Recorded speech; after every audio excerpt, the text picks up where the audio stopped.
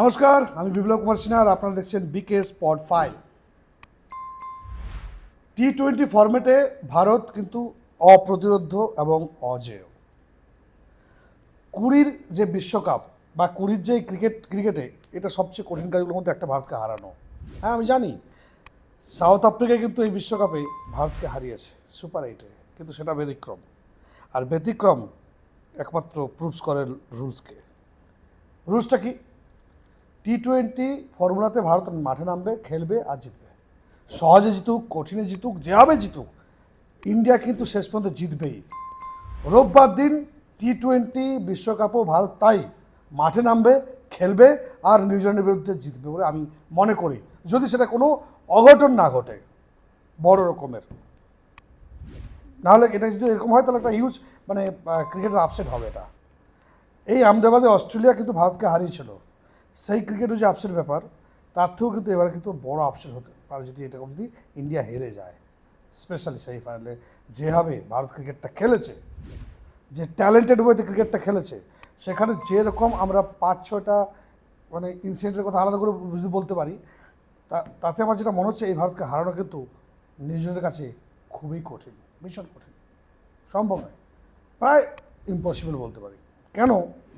সেমিফাইনালে কী কী কথাগুলো ধরে আমি আপনাকে বলতে পারবো, বা একটু শুনে নিন আপনি ভালো করে, তাহলে বুঝতে পারবেন ব্যাপারটা।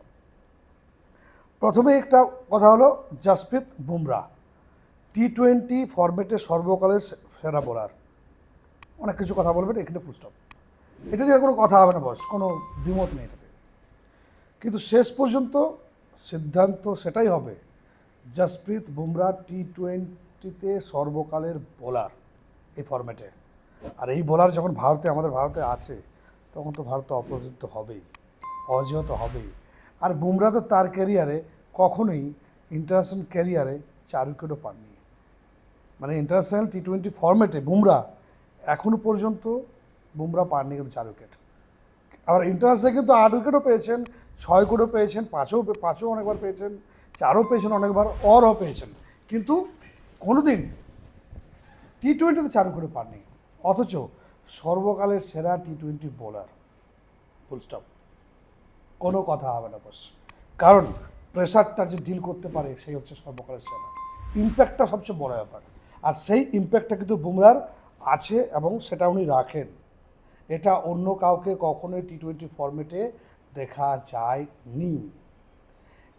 এই সেমিফাইনালে ধরুন একটা মাত্র উইকেট পেয়েছিল, কিন্তু তাও খুব টাফ ক্যাচ, অ্যাক্সার প্যাটেল খুব টাফ একটা ক্যাচ নিয়ে কিন্তু এটা পেয়েছেন উইকেটটা। কিন্তু বুমরার যে শেষ দুটো ওভার, এটা না ওই 5টা উইকেট থেকে অনেক দামি। একটা সময় তো মনে হচ্ছিল ম্যাচটা হাত থেকে বেরিয়ে যাচ্ছে। 69 রান দরকার ছিল 6 ওভারে, আর সেই 2 ওভারে বুমরা দিলেন 14 রান।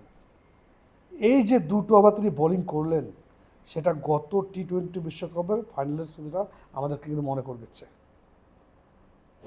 সেম এই কাজটাই কিন্তু ফাইনালে গত বিশ্বকাপে উনি করেছিলেন।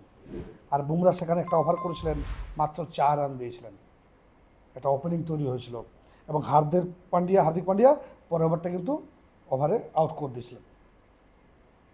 এই জাসপ্রীত বুমরা যদি বল হাতে তুলে নেন, যে কোনো সময় যে কোনো ম্যাচ তার মোড় কিন্তু ঘুরে দেওয়ার মতো ক্ষমতা রাখেন। কি অসাধারণ বোলার!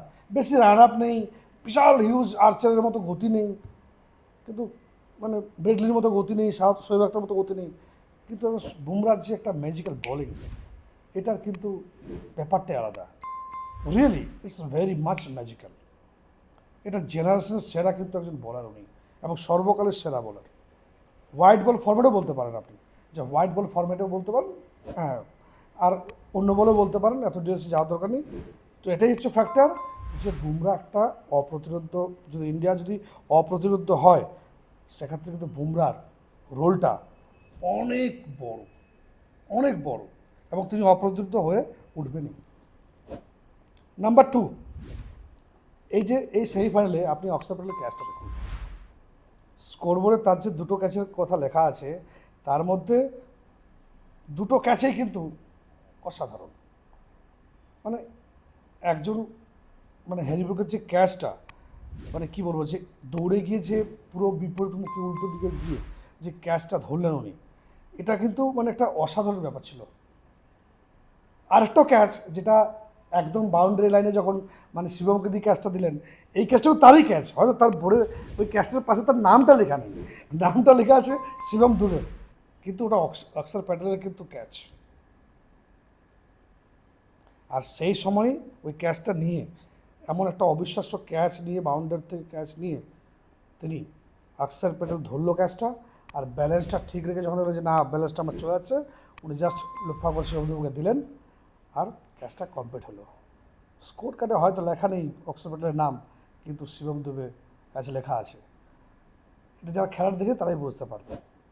আর এইরকম ক্যাচ, মানে আমরা জানি ক্যাচ মিস মানে ম্যাচ মিস, এইরকম ক্যাচ ইন্ডিয়া নিচ্ছে, মানে এটা বোঝাই যায় যে সময় মতো ইন্ডিয়া কিন্তু জ্বলে উঠেছে। মানে একটা স্পিরিট, হাই স্পিরিট তারা কাজ করছে, মানে হাই এনার্জি মোটিভ কাজ করছে। তাহলে এই টিমটা কি অজেয় হয়ে উঠতে পারে না, বা ফাইনালে জেতার কি চান্স থাকতে পারে না? এটাই অনেকগুলো ফ্যাক্টর কাজ করছে। আর আমার যে প্রেডিকশন বলছে যে খুব ইজিলি 8 তারিখ ভারতবর্ষ নিউজিল্যান্ডের সাথে ভালো ফাইট করে জিতবে। অবশ্যই আমার মনে হয় যেটা ওয়ান সাইডেড তো হবেই না। ওই নিউজিল্যান্ডও খুব লাস্টের দিকে কিন্তু এলেন থেকে শুরু করেছে, এরকম ফর্মে এসছেন সাডেনলি, এরাও কিন্তু ফাইটটা দেবে, এরাও কিন্তু ফাইট দেবে। মানে এত সহজে যে ইন্ডিয়া জিতে কাপটা জিতবে তাও নয়, কিন্তু যেমন করে হোক আমার মন চাইছে যে কাপটা ইন্ডিয়া কিন্তু জিতবে। আর আমার প্রেডিকশন বলে যে ভারতবর্ষ হিস্ট্রি রিপিটও করবে আর হিস্ট্রি ডিফিটও করবে। দেখতে থাকুন বিকে স্পট 5। ধন্যবাদ।